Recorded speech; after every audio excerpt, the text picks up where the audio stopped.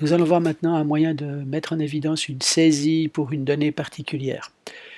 Le but que nous poursuivons, je vais l'illustrer tout d'abord ici, voilà, avec le résultat qu'on voudra obtenir, la manière dont on aimerait que se passe notre saisie. J'ai un tableau, toujours ce même exemple de tableau, dans lequel je voudrais demander une nouvelle valeur à introduire. Lorsque j'ai cliqué sur le bouton demander, j'ai cet effet spotlight, comme on l'appelle, qui se montre avec un champ dans lequel je vais pouvoir aller introduire mes valeurs et cliquer ensuite lorsque la valeur sera choisie. Nous allons voir comment utiliser cet effet de manière dynamique et pas statique comme il est ici pour l'instant. La première chose à faire, c'est déjà de bien comprendre comment fonctionne cette présentation. Alors, ici, on voit que j'ai mon contenu de ma page. Je vais laisser en fait le bouton, c'est vraiment là qu'il appartient, juste après la table. J'ai créé ici ces deux éléments. Le premier élément est ce qu'on appelle un overlay, c'est celui qui va nous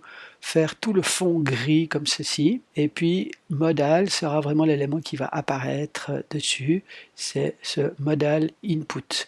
On va donc avoir superposition du contenu normal de la page, puis de l'overlay, puis de ce pop-up qui vient se mettre par-dessus. Alors, comment est-ce que cela se fait? C'est grâce aux classes CSS. Regardons maintenant ces classes CSS. Le modal overlay, tout d'abord. Z-index, c'est pour dire que il vient par-dessus les autres éléments. La position Z indique quel est l'élément qui est le plus en avant ou plus en arrière. Donc, avec une valeur de 1000, qui est un choix arbitraire, on aurait pu prendre 10 000, on aurait pu prendre 50, ça marcherait aussi. Ici, on s'assure que l'élément overlay soit par-dessus tous les autres de la page. Sa position est fixe, 0, 0, car elle est calée dans le coin en haut à gauche et elle occupe toute la surface de la fenêtre, les 100% de la hauteur, 100% de la largeur, a une couleur grise de fond, et puis une opacité de 50% pour qu'on voie quand même à travers ce qui se passe derrière. Donc encore une fois, c'est ce qui nous donne cet effet-là, ici, le fait que l'on voie le contenu, mais qu'il soit dans une ombre. Ensuite, le deuxième élément que j'ai rajouté, c'est l'élément dans lequel on va effectivement faire notre saisie.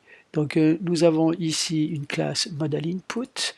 Ce modal input a également une position absolue. Par contre, cette fois, au lieu d'être calée en haut à droite, elle est à 50% de la hauteur, 50% de la largeur, et on la décale encore grâce à ce transform du 50% de sa propre hauteur pour être sûr qu'elle soit bien centrée et pas que ce soit le coin ici en haut à droite qui soit au centre de l'écran. Là, on voit qu'elle est vraiment parfaitement bien centrée. C'est grâce à ce transform. Ensuite, elle a aucune bordure, elle a un radius de 20, c'est pour faire des coins arrondis, et on obtient l'effet spotlight avec l'ombre.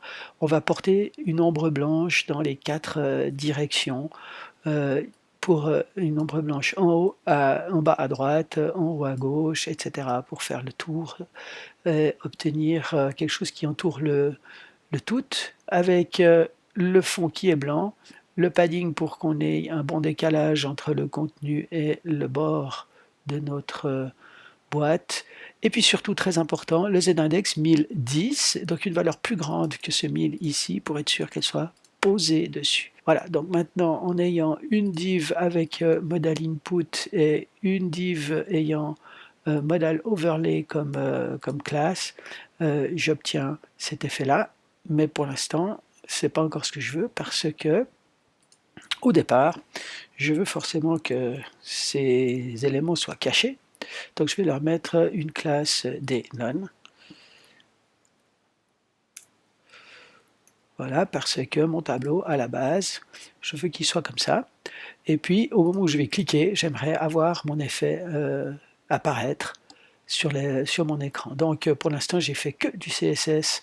Il va être temps de venir faire un peu de JavaScript. Voilà mon JavaScript que j'ai un petit peu préparé avec les habituels Add Event Listener lors du chargement, l'initialisation, le gestionnaire d'événements du clic sur le bouton CMD Ask, donc ici mon bouton demander qui est le CMD Ask. Lorsque l'on cliquera, on va appeler la fonction AskValue. Je fais comme d'habitude, un test quand même fonctionnel avant d'aller trop loin pour être sûr qu'au moins cette partie-là fonctionne. C'est le cas. Je peux bien maintenant cliquer mon bouton et décider ce qui va se passer lorsque on le clique. Et bien là maintenant, ça va être relativement simple puisque lorsque on le clique, on va simplement vouloir faire apparaître ces deux éléments dont nous avons ici des ID pop getName et pop overlay. Donc ici, je vais faire pop getName.classList.remove des none et pop overlay.classList.remove des none. Je recharge ma page, je clique, et voilà, qui est apparu. À noter qu'il ne se passe plus rien derrière, hein. J'essaie de cliquer là, mais il ne se passe rien parce que mon overlay sert à deux objectifs. Le premier, c'est l'aspect visuel, mais le deuxième, c'est également qu'il bloque tout, et il fait que je ne peux absolument rien faire dans la partie qui est encore visible de ma page. Voilà, donc maintenant je peux saisir mon nom, et le bouton il ne se passe rien, il ne me reste plus qu'à le traiter, donc il va falloir que j'ajoute maintenant CMD, comment s'appelle-t-il mon bouton,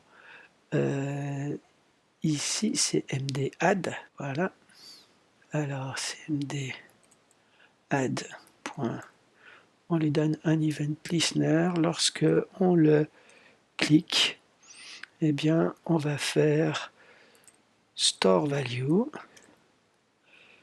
la fonction store value,